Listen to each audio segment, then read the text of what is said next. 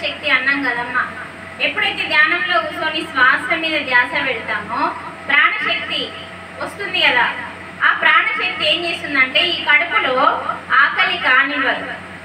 అప్పుడు మనకేం చక్కెర రాదన్నట్టు. చూడండి ఎంత స్పష్టంగా మీకు అర్థమయ్యే రీతిలో చెప్తుంది. అప్పుడు ప్రాణశక్తి మనకు వచ్చినప్పుడు ఆకలి ఇవ్వదు. ఆకలి కానప్పుడు మనకు చక్కెర రాదు. అప్పుడు ఈ లంకనము ఉట్టి నీళ్లతో మనం ఉంటే ఏమైతే అంటే 6 రోజులు భోజనం చేసినాం కదా, అక్కడ మనకి కొన్ని కణాలు ఉంటాయి. భోజనం వేస్తే లోపల కణాలు తయారవుతాయి. ఈ భోజనం ద్వారా కొన్ని కణాలు ప్రతిరోజు పుడుతూ ఉంటాయి, చస్తూ ఉంటాయి. అవి ఆ చచ్చిన కణాలు ఏమైతే అంటే ఇక్కడ లోపల ఉండిపోతాయి. లోపల మరి ఈ మృత కణాలన్నీ మనం బయటకు తేవాలి.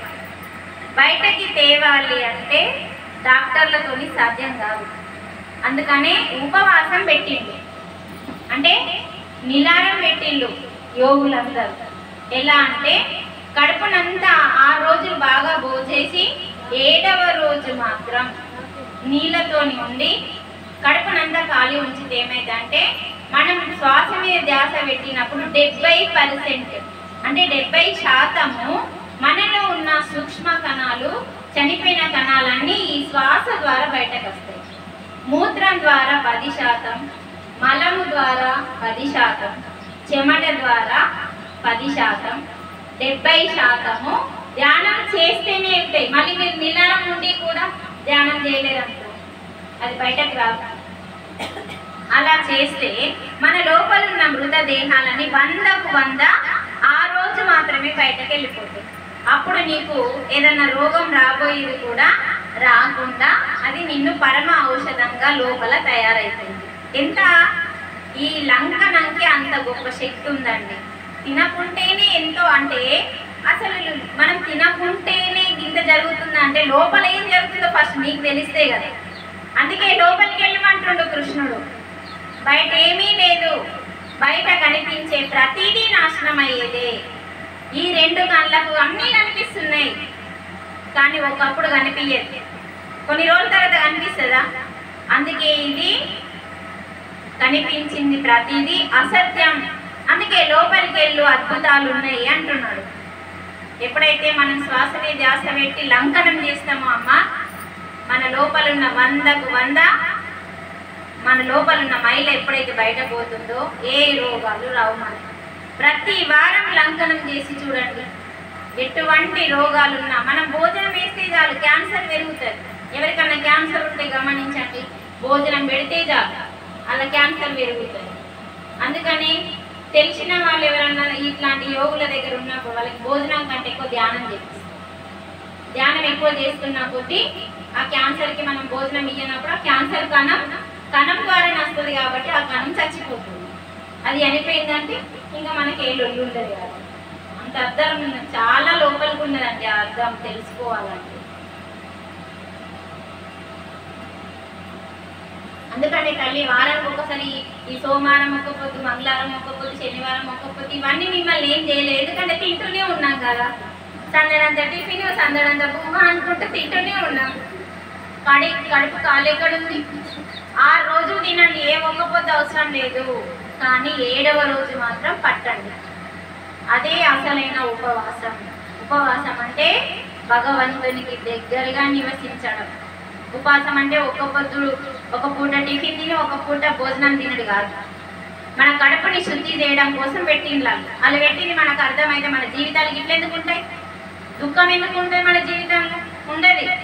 అర్థం కావట్లేదు. అంతరంగంగా అర్థం చేసుకొని మీరు అన్ని బాహ్య అర్థాలు చేసుకొని శనివారం ఒక్క పొద్దు చక్కెర వచ్చి, సోమవారం ఒక్క పొద్దు చక్కెర వచ్చి, గురువారం ఒక్క పొద్దు చక్కెర వచ్చి, ఏ ఒక్క పొద్దులు మానేసి 6 రోజులు మంచిగా తిండి, 7వ రోజు మాత్రం చక్కగా నిలారం పట్టండి, ఇంట్లో ఉండండి, ధ్యానం చేయండి. తెల్లవారు 24 గంటలు నీళ్ళతోనే ఉండండి. మీరు చేసి చూస్తారు, తప్పకుండా సాధ్యమైతే. నాతోనైనప్పుడు మీతో కాదా? అవుతుందా కాదా? ఎందుకంటే నేను గిర్రా తిరుగుతూనే ఉంటాను ఎక్కడికక్కడికంటే, వారంకోసారి కాదు నాకు. అందుకని నేను ఏకాదశి పొరపాటున ఏకాదశి 2 క్లాసు ఉందనుకో మన పౌర్ణమికి పట్టేసిన. పట్టుడు మాత్రం బంద్ ఉండదు. ఎందుకంటే దీన్ని కూడా శుద్ధి చేసుకోవాలి. ఈ శరీరమే లేకపోతే జ్ఞానం లేదు మీకు. అందుకని ఈ శరీరాన్ని అపురూపంగా అద్భుతంగా చూసుకోవాలంటే లంకనం చెయ్యాలి. ఈ శరీరాన్ని కాపాడుకోవటం తప్పకుండా లంకనం చేయండి. మనలో ఉన్న మైలని తీసేయడానికి. అర్థమవుతుందమ్మా? ఆ శ్లోకం అంత గొప్పదండి. ఆ శ్లోకంలో ఎన్ని చెప్పిండు? శ్లోకమేమో చిన్నగా, జ్ఞానమేమో ఏమేమి చెప్పినా ఒకసారి చెప్పండి. ఫస్ట్ ఏం చెప్పిండు? శ్లోకం ఏం చెప్పింది? ఫస్ట్ అదే ఏం చెప్పింది? ఫస్ట్ నేను వివరించిన కదా, ఏమేం చేయమన్నా? శ్లోకం అడుగుతలే నేను, శ్లోకం ఏం చెప్పిందని చెప్పిన. మనసును శుద్ధిగా ఉంచుకొని వంట చేసి మనసుని శుద్ధి చేసుకొని మధ్యస్య భోజనం పవిత్రంగా వంట చేసి తర్వాత మధ్య మార్గంగా భోజనం చేసి ఎంత తినన్నో అంత. అలాగే మన చేష్టలు ఒకరిని బాధించకుండా ఉండాలి. నిద్రని కూడా తక్కువగా. ఈ విషయంలో మాత్రం మీనాక్షికి క్లాస్. ఎందుకంటే చిన్న కాడికన్నా చిన్న కాడికన్నా శ్రద్ధ పెడితే మధ్య మార్గంగా నిద్ర పోవాలా. మధ్య మార్గంగానే మధ్యాహ్నం నిద్రలు కూడా బంద్ చేయండి. పుస్తకం చేయాలి. పుస్తకం చదవంగా చదవంగా చదవంగా కొంచెం మత్తు వస్తుంది. చక్కగా కళ్ళు మూయాలి. కళ్ళు మూయాలంటే పండుకోమని కాదు, ధ్యానంలో కూర్చోవాలి. చాలా అద్భుతంగా ధ్యానం కుదురుతుంది. పుస్తకం చదవండి, ధ్యానం చేసి చూడండి. నాకు రాదు రాదు రాదు అనుకున్నాను. కొంచెం కొంచెం వచ్చిన వాళ్ళందరూ పుస్తకాలు తీసి స్టార్ట్ చేయండి, ఖచ్చితంగా వస్తుంది. ఓ భగవంతుడా, నేను యోగాభ్యాసం చేయాలనుకుంటున్నాను, ఆత్మజ్ఞానం పొందాలనుకుంటున్నాను, ఆ వరంని నాకు. మనతోని కానిదంటూ ఏదీ లేదు అన్నప్పుడు వెనుకడ ఏంది కేసుడు? అది ఏదో మనం తేల్చుకొని చూడాలి కదా. మరి మనతో కానిదంటూ ఏదీ లేదన్నారు కదా, ముందుకేయాలి అడుగు. ఉన్నదా లేదా తెలుసుకోలేదా మేడం? శోభా మేడం, తెలుసుకోవడానికి అయితే ప్రయత్నం అయితే చేయాలి కదా. ప్రయత్నమై ఎన్నిసార్లు ఫెయిల్ అయినా సరే లేవాలా. ఫెయిల్ అయిన కొద్దీ పడిపోవద్దు, మళ్ళా లేవాలి. అంతే. లేచిన ఓడే ముందుకు వెళ్తాడు, పడిపోయినాడు మళ్ళీ. ఓడిపోవడం దేనికోసం తెలుసా? విజయాన్ని సాధించడం కోసం, మళ్ళీ లేవడం కోసమే. అందుకే ఓడిపోయిన వాళ్ళు ఎప్పుడు బాధపడద్దు. అందుకే ఫెయిల్ అయిన పోరగాళ్ళని తిట్టకండి. ఫెయిల్ అయితే ఏమైంది? అయితే ఫస్టే పాస్ కావాలని ఇక్కడ రూల్స్ రెగ్యులేషన్స్ ఉన్నాయా? ఫెయిల్ అయినా సరే బయట దీన్ని ప్రభావితం చేసుకో. ఎందుకంటే ఫెయిల్ అయినావు కదా, ఒకసారి దీన్ని గుర్తు చేసుకో. నేను ఫెయిల్ అయినా, ఇప్పుడన్నా పాస్ కావాలని ఒక గుణపాఠం నేర్చుకో అనాలే. కానీ ఆడు పాస్ అయిండు, ఆడికి అన్నీ వచ్చినాయి, నాకు రాకపోయి నేను మా ఇజ్జత్ తీస్తేవి, ఇవే మాటలు తల్లిదండ్రులే. ఇజ్జత్ పోయిందా అని పానమే పోతున్నది కదా ఇజ్జత్ అనేసరికి. నువ్వు ఇజ్జత్ అని అని తిట్టే లోపల అని పానం తీసుకుంటున్నాడు. మార్కులు మళ్ళా తెచ్చుకోవచ్చు, పానం మళ్ళా రాదు.